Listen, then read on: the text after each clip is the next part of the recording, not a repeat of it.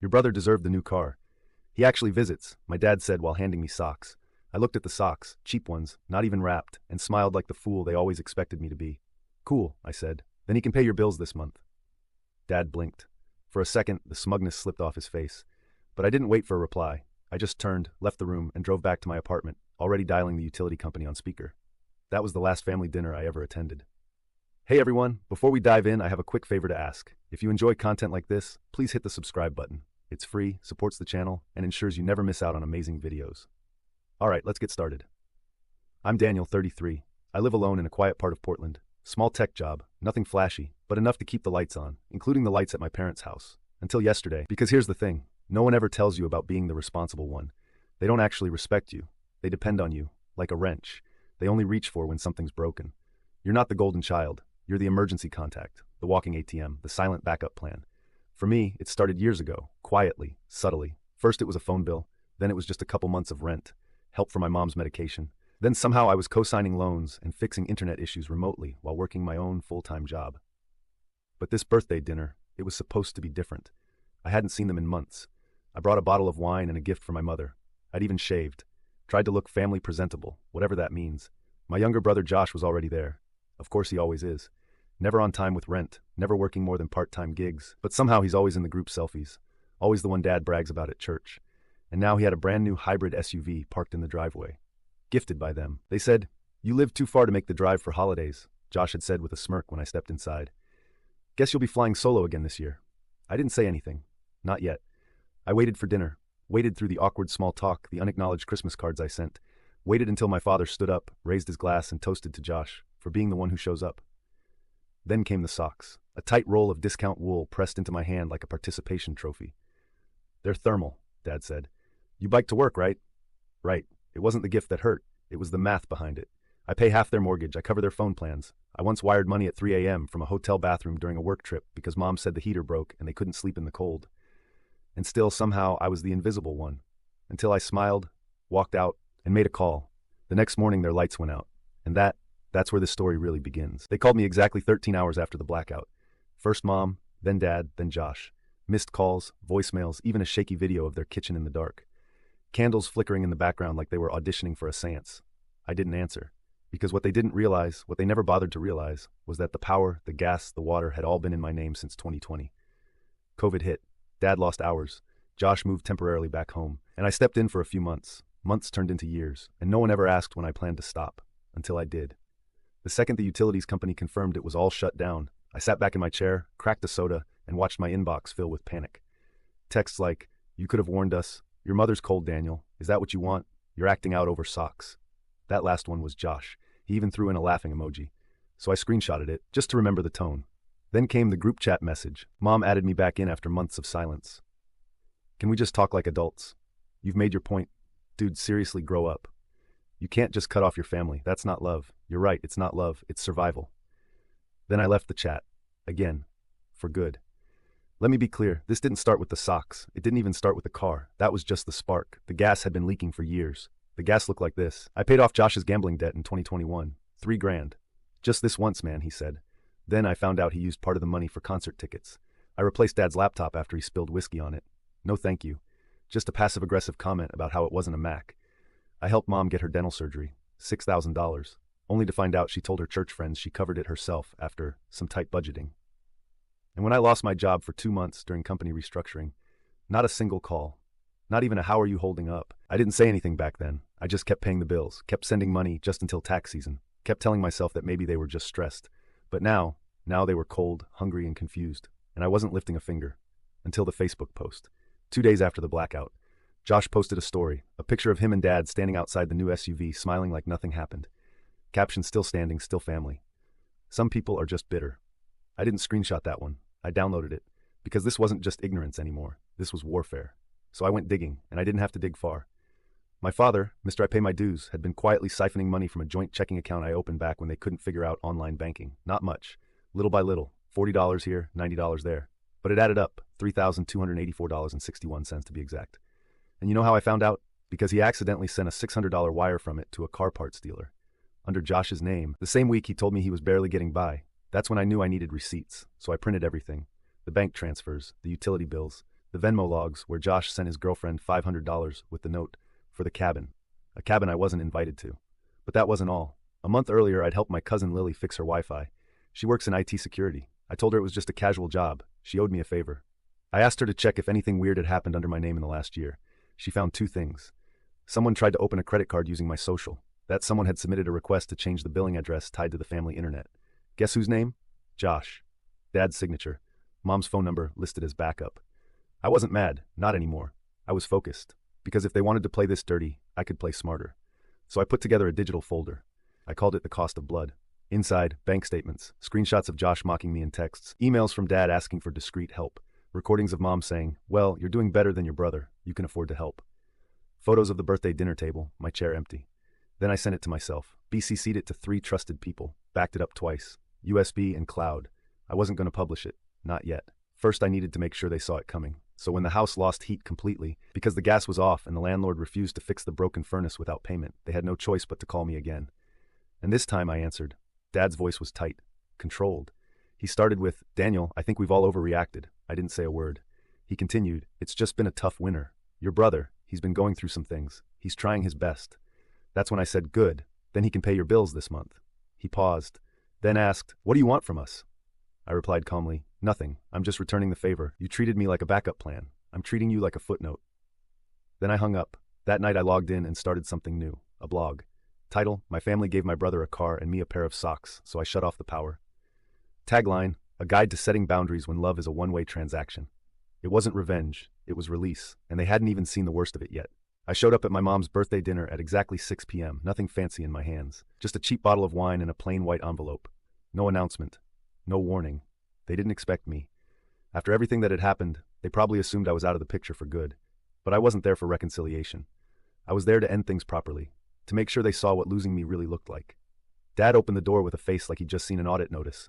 "What are you doing here?" he asked flatly. I smiled. "Celebrating Mom." Or was that invitation just for real family again? He stepped aside, stiff. No hug. No small talk. The living room was full. Mom, Josh, even cousin Elise, who always giggled when someone else got humiliated. The table was set, decorations were up. It looked normal, for now. I placed the envelope gently in the center of the table. Josh squinted at it. "What's that?" "Some things I found," I said calmly. "Thought we should all have a look." Inside were 3 documents. A credit card application in my name, signed, approved, dated 2 months ago. My name, not my signature. An order confirmation for a $1,200 smartphone shipped to Josh's address. Billed to my card. A printout of an email from Mom's Gmail, left logged into my iPad during last Christmas. It said Dan always pays. He won't even notice. Dad snatched the envelope and started fumbling through the papers, mumbling something about misunderstandings. "Oh, come on," I said. "What are the odds all 3 of these mistakes happen to benefit you?" Mom stood up. "We were struggling. You used to help. What changed?" I met her eyes. I stopped pretending this was family. That's what changed. Then I slid another sheet across the table, a screenshot from my bank, courtesy of an old coworker at the branch I used to manage. $600 wire transfer to a car parts store, under Josh's name, from my account. Josh turned pale. "I thought it was your backup card," he stammered. "I was going to pay it back. When? Before or after you bought that PlayStation?" He shut up. Mom sat down like her legs gave out. Dad stared, jaw tight, fists clenched on the table, like he still thought he had the upper hand. He didn't. I pulled out my phone. "You recognize this number?" It was Mom's. I hit play on a voicemail to my insurance provider, where she pretended to be me. She was trying to update my policy, add new prescriptions, change the address, even add Josh as a dependent. I looked at her. "You didn't think I'd notice?" She shook her head, silent. "And you?" I turned to Dad. "Still want to tell me you haven't touched that joint account?" No answer. Then Josh finally exploded. "This is insane. You're blowing up the family over some bills and a phone? Seriously?" "No," I said. "I'm blowing it up because of the years you pretended I was just a resource. You lied, you stole, and now you're offended I noticed?" I pulled out one last document. It wasn't even official, just a handwritten note. A checklist from their kitchen. Title, "Ways to Reduce Dependency on Daniel Tess." It had 5 bullet points. Number 3, start moving bills to his name slowly. He won't notice. Silence fell over the room, cold and dense. No one said anything. Josh walked out to the balcony. Mom covered her face. Dad just stared at the wall like it might offer an escape. Then Dad looked at me, voice low. "You trying to destroy us?" I stepped closer, calm and slow. "You destroyed me piece by piece, bill by bill, lie by lie. I'm just returning the favor, all at once." I turned and walked to the door. Hand on the knob, I paused. "Oh, and keep the socks, Dad. You're going to need something warm when the rest of the bills come due."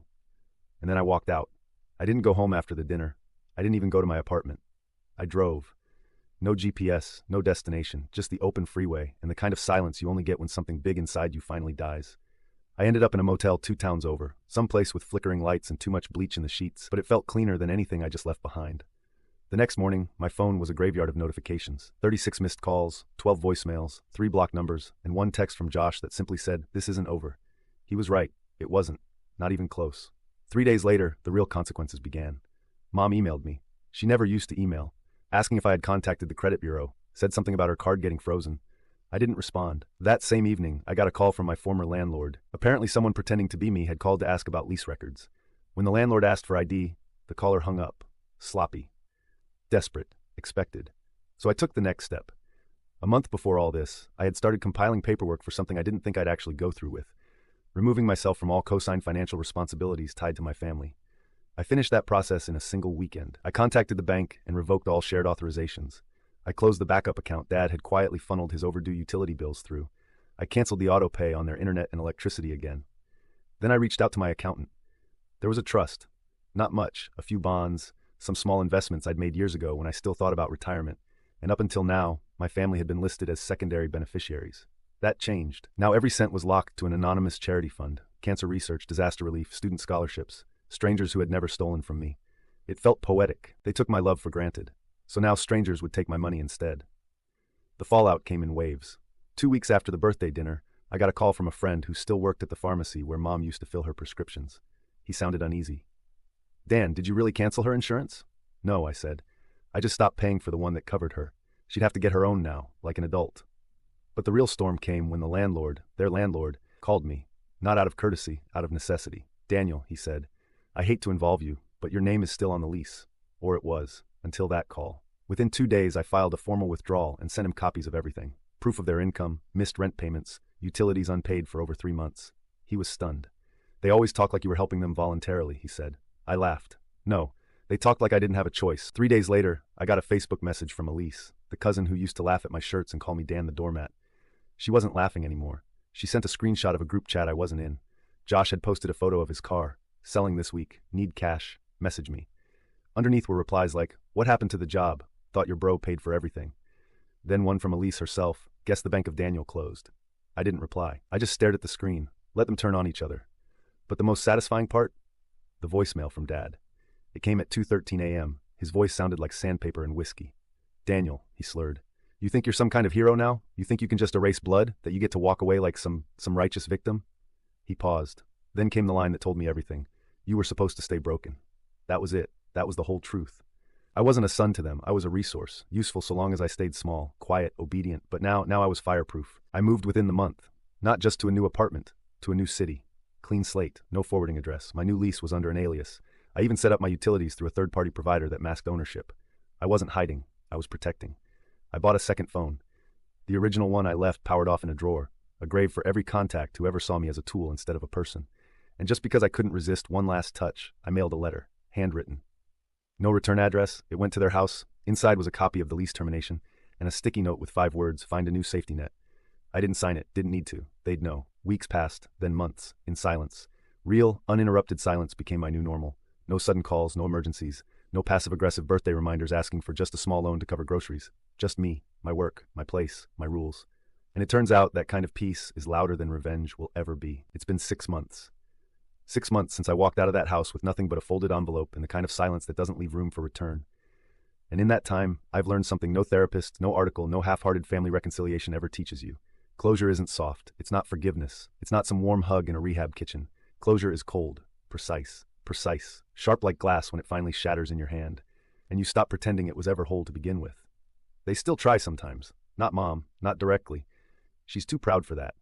But I've seen the breadcrumbs. A friend from high school sent me a screenshot of a new Facebook post, a blurry photo of a half-lit living room. The caption, "Sometimes the people you raised forget who raised them." Vague, petty, transparent. Underneath it, Josh liked the post, then commented, "Some people only show up when the lights are on." I almost laughed. Last I heard, his lights were still off. They think I'll blink first. They think I'm still that same version of me who once drove 3 hours to drop off Dad's blood pressure meds. The same meds he later joked about not needing because stress doesn't touch real men. They think I'll send a text, an email, a weak, "Hey, hope you're okay," just to test the water. But here's the truth. I'm not thirsty anymore. I built a new life, a new apartment with white walls and dark floors, a bookshelf that holds only what I choose, a quiet coffee shop 2 blocks away where they know my name, but not my past. My fridge is full, My bills are mine. And when my phone rings, it's only people I choose to keep. Not once, not for a second, have I missed being someone's backup plan. They lost more than me. They lost the illusion of control, the sweet comfort of always having someone in the wings to clean up the wreckage. Now they're their own janitors, and it's messy. Word got around. My aunt called, the one who used to giggle when Dad told stories about my failure to launch. She said, I didn't know it was that bad. If you just said something, I hung up mid-sentence. She knew. They all did. But laughing is easier than helping. The last time I heard from Dad was through a letter, a real one, blue ink, crooked cursive. It was 3 pages of nonsense. Talk of legacy, of bloodlines, of how we all make mistakes and how there's still time to put things back together. I read it once, then tore it into pieces, then mailed those pieces back, 1 per envelope. No return address. He sent another one, shorter, angrier. You'll regret this. You're still my son whether you like it or not. So I sent him a final response, a single sentence, typed in bold font on a white page. I was never yours. I was just useful. I haven't heard from him since. I changed my number last week. New SIM, new contacts. Anyone who made me feel like a wallet with a heartbeat didn't get the update. I didn't post about it, didn't make a scene. I just left them behind like bad furniture, but I did leave a little message. Not for them. For me. I bought a new doormat for my apartment. Simple, clean, black letters on a gray background, not your emergency exit. And that's the real ending. Not a dramatic scene, not a final scream, just peace. Not the peace that comes from resolution, the peace that comes from distance. Because sometimes healing isn't a reunion. Sometimes it's a door that locks from the inside. And sometimes the most explosive thing you can do is never walk back through it.